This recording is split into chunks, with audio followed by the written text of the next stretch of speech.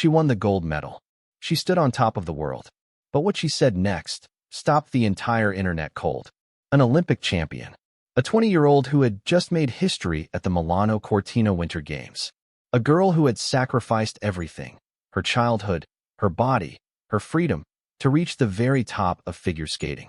And when she finally sat down for a long-form interview with Rolling Stone magazine, she told the world something that no one was prepared to hear. You should gargle it. For words. That's all it took to break the internet. Stay with me, because this story goes so much deeper than water. February 2026. Milano Cortina, Italy. The Winter Olympics. The figure skating arena is electric. Thousands of fans packed inside, breath fogging in the frozen air, eyes locked on a single skater about to take the ice. Alysa Liu, 20 years old, born in California, the daughter of a chess coach turned ice skating obsessive, glides to center ice. She looks calm, almost unnervingly calm. She has been here before. At 15, she became the youngest U.S. figure skating champion in history. She landed jumps that women weren't supposed to be able to land. She redefined what was possible on ice. And now, at these Olympics, she did it again. She won gold. She stood on that podium, tears streaming down her face, the national anthem filling the arena. The whole world cheered. But in the weeks that followed, during the post-Olympics media tour, the magazine covers, the late-night appearances, Alysa Liu started talking. Really talking. And what she revealed about life behind the curtain of elite figure skating changed everything. Because behind every perfect triple axel was a secret most coaches hoped would never get out. To understand why this moment matters so much, you need to understand who Alysa Liu really is. She grew up in the Bay Area, the daughter of Arthur Liu, a man who famously taught himself competitive figure skating as an adult so he could coach his own daughter. That kind of dedication runs in the family. Alysa was landing quadruple jumps before she was a teenager. For rotations in the air. Most professional male skaters struggle with those. She was doing them in junior competition. She was electric on the ice. Fearless. Technically superior. The kind of talent that comes along once in a generation. But elite sports, especially figure skating and gymnastics, have a dark side that the glitter and the sequins often hide. The weight requirements. The dietary restrictions. The culture of control that coaches impose on young athletes, especially young female athletes, in the relentless pursuit of a perfect score. Alysa Liu lived inside that world from the time she was a child. And now, sitting across from Rolling Stone journalist Alex Morris in a 40-minute interview, she was finally ready to talk about it. What she said next would send shockwaves across social media and reignite one of the most important conversations in all of sports. The Rolling Stone interview was wide-ranging. Alysa talked about her gold medal, her future, her family. She was warm, funny, refreshingly open. And then reporter Alex Morris asked about her training regimen, specifically about water. Morris asked, "You were literally told, like, you can't drink water, everything was monitored, everything was controlled." Alysa Liu didn't pause. She didn't hedge. She didn't soften it. Yes, she said. It was crazy because they were like, "Oh, water weight. You shouldn't drink water, you should gargle it." Yeah, crazy. It's insane. She even laughed a little when she said it. The kind of laugh that isn't really a laugh at all. It's the sound of someone looking back at something that happened to them and finally allowing themselves to call it what it was. Insane. Water. An Olympic athlete.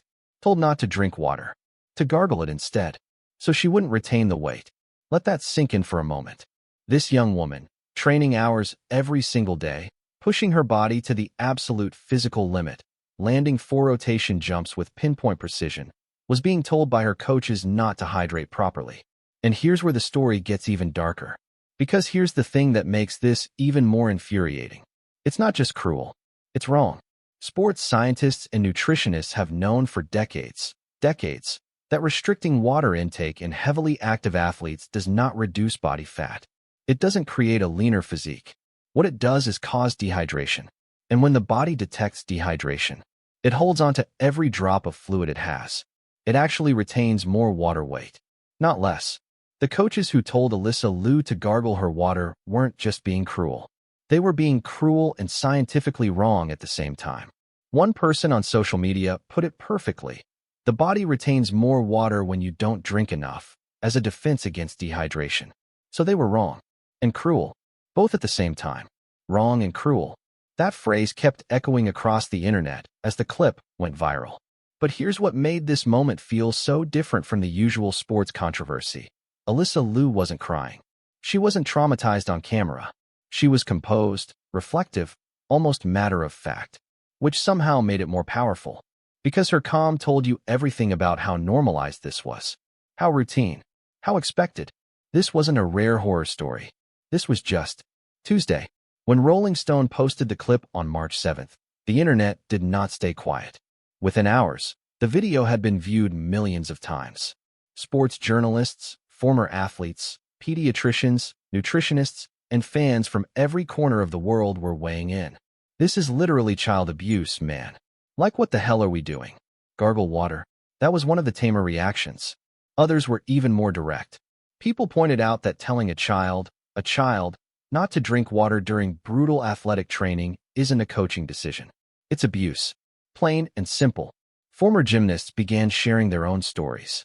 Figure skaters from previous generations started opening up about the weight restrictions, the food monitoring, the psychological pressure placed on young girls in the name of competitive perfection. This wasn't just about Alysa Liu anymore.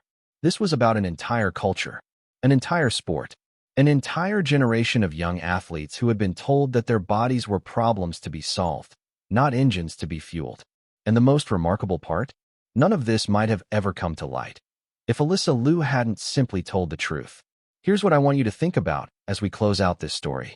Alysa Liu won a gold medal, an Olympic gold medal, the highest achievement in her sport. She did it despite, not because of, the way she was treated. She did it while being told not to drink water, while having her every calorie monitored and controlled, while being coached in a system that prioritized the number on a scale over the health of a human being. And yet, she landed those jumps. She hit those spins. She stood on that ice, 20 years old, and she was perfect.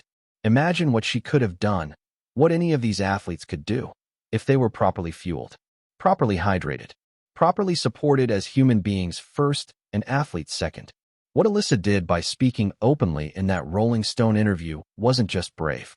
It was necessary, because the kids who are in those rinks right now, the 12-year-olds, the 14-year-olds, the girls who dream of standing where she stood, they deserve better. They deserve coaches who understand that you cannot build a champion by tearing down a body. They deserve a sport that values them as whole people. And they deserve role models who, when they reach the top of the world, use their platform to say, loudly, clearly, without embarrassment, that what happened to them was crazy. It was insane, and it should never happen again. Alysa Liu already won the gold medal. But this moment? This might be her greatest victory yet. If this story moved you, share it. Because the more people talk about it, the harder it becomes for anyone to look away.